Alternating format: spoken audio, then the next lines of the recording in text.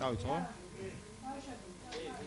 პირველ რიგში მინდა გამოვეხმაურო დღეს თანაინვესტირების ფონდმა გამოაცხადა თავისი პროექტები, რომელი პროექტების განხორციელებასაც ის იწყებს, ძირითადად საუბარი არის თბილისში რაღაც ახალი საბაგირო გზების, დახრილი ლიფტების, ჰესების მშენებლობის შესახებ. რა თქმა უნდა, თავისთავად ცხადია, არანაირი პროექტი შეიძლება ზედმეტი არ იყოს, მაგრამ ეს არ არის ის, რაც იყო შეპირებული საქართველოს მოსახლეობის მიმართ. თანაინვესტირების ფონდის ძირითადი იდეა იყო და ქართულ ეკონომიკას დღეს ყველაზე მეტად ესაჭიროება ინვესტიციების ჩადება სოფლის მეურნეობის გადამამუშავებელ წარმოებაში და მსუბუქი მრეწველობის სფეროში. ეს არის ის, რამაც უნდა შექმნოს საქართველოში მთლიანი შიდა პროდუქტის დამატებითი რაოდენობა, რამაც უნდა შექმნოს სამუშაო ადგილები და პირველ რიგში რითაც ისარგებლებს მოსახლეობის ყველაზე გაჭირვებული ფენები. იმავდროულად ეს კრედიტები, ეს ინვესტიციები უნდა იყოს ხელმისაწვდომი მოსახლეობის შედარებით სოციალურად დაუცველი ფენებისათვის, მცირე და საშუალო ბიზნესისათვის.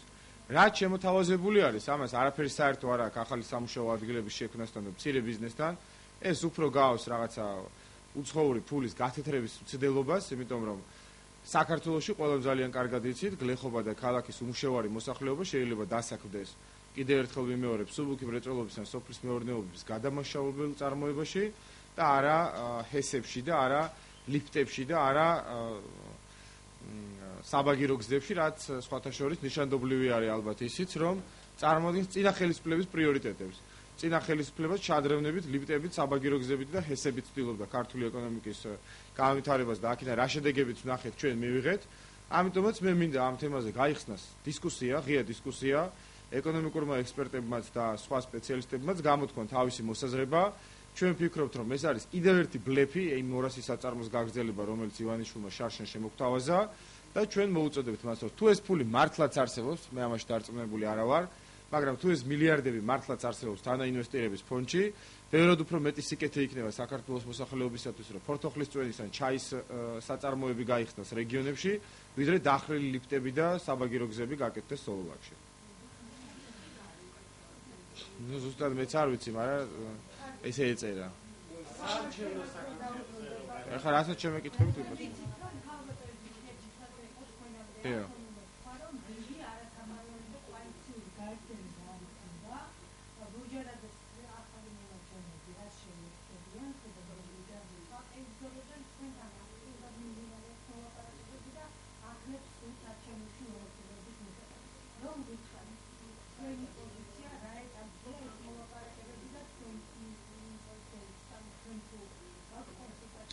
მოლაპარაკებები პრაქტიკულად დასრულებული არის, მე გუშინაც გავაკეთე ამის შესახებ განცხადება.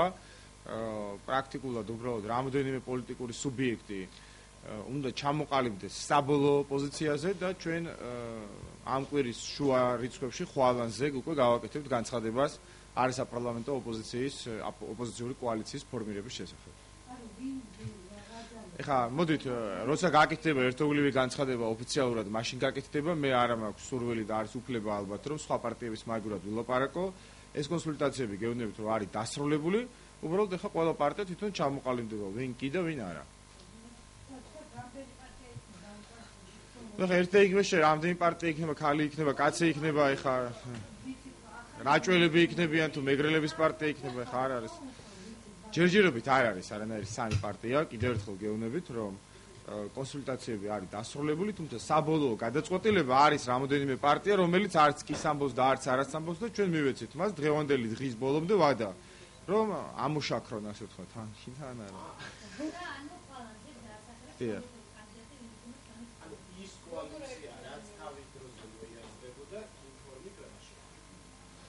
იცით რა, ეს კოალიცია შედგება კიდევ ერთხელ გეუბნებით, არასაპარლამენტო კოალიცია, უბრალოდ ეს არ იქნება იმდენად ფართო, რამდენადაც სასურველი იქნებოდა.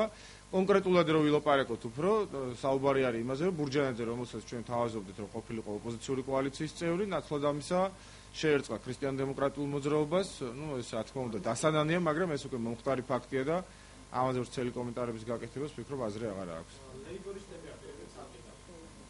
ჩვენ ლეიბორისტულ პარტიებთან მქონდა, მე პირადად არა, მაგრამ ჩვენი პარტიის გენერალურ მდივანს მქონდა რამოდენიმე შეხვედრა და ჩვენ ვაგრძელებთ ამ ურთიერთობას. გასაგებია, რომ ისინი აპირებენ ცალკე მონაწილეობას არჩევნებში, მაგრამ მათაც და სხვათა შორის სხვა ოპოზიციურ პარტიებს და ბლოკებსაც, რომლებიც არ მიიღებენ არასაპარლამენტო ბლოკში მონაწილეობას, ჩვენ ვთავაზობთ, რომ მონაწილეობა მიიღონ პრაიმერში.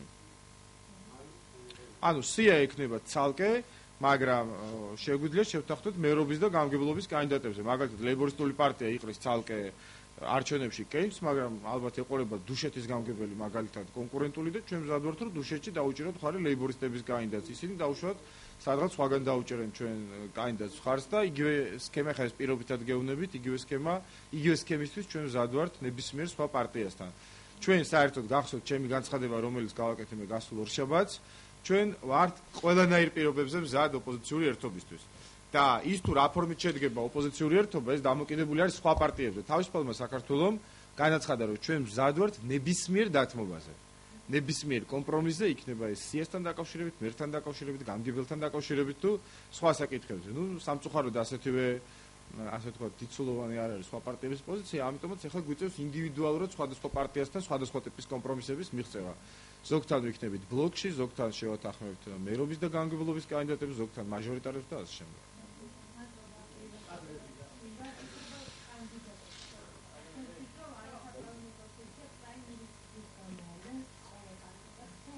არა, არასაპარლამენტო ოპოზიციას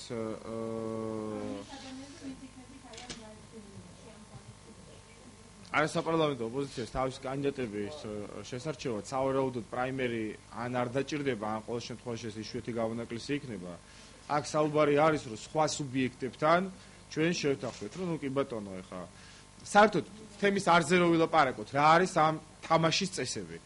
არაფერი ახალი არ ხდება, რაც მოხდა 2006-ში, რაც მოხდა 2008-ში, 2010-ში, ის ხდება ეხლაც, რომ როდესაც ხელისუფლება გზნობს ოპოზიციასთან კონკურენციის გარკვეულ რისკებს, მათ დაიწყეს სხვადასხვა სატელიტური სუბიექტების ფორმირება, რომლებსაც ზოგს ფულს აძლევენ, ზოგს სხვაგვარად ასე ვთქვათ უღვევენ ამბიციებს, რომ მიიღონ არჩევნებში მონაწილეობა ცალკე და არ შევიდნენ საერთო ოპოზიციურ კოალიციაში. ეს არის ხელისუფლების სტრატეგია. და ამაზე აქტიურად მუშაობს ბატონი ჯანყარაშვილი, რომელიც დადის პოლიტიკური პარტიების ოფისებში დოლარებით სავსე იმით, რა ქვია, პარკებით.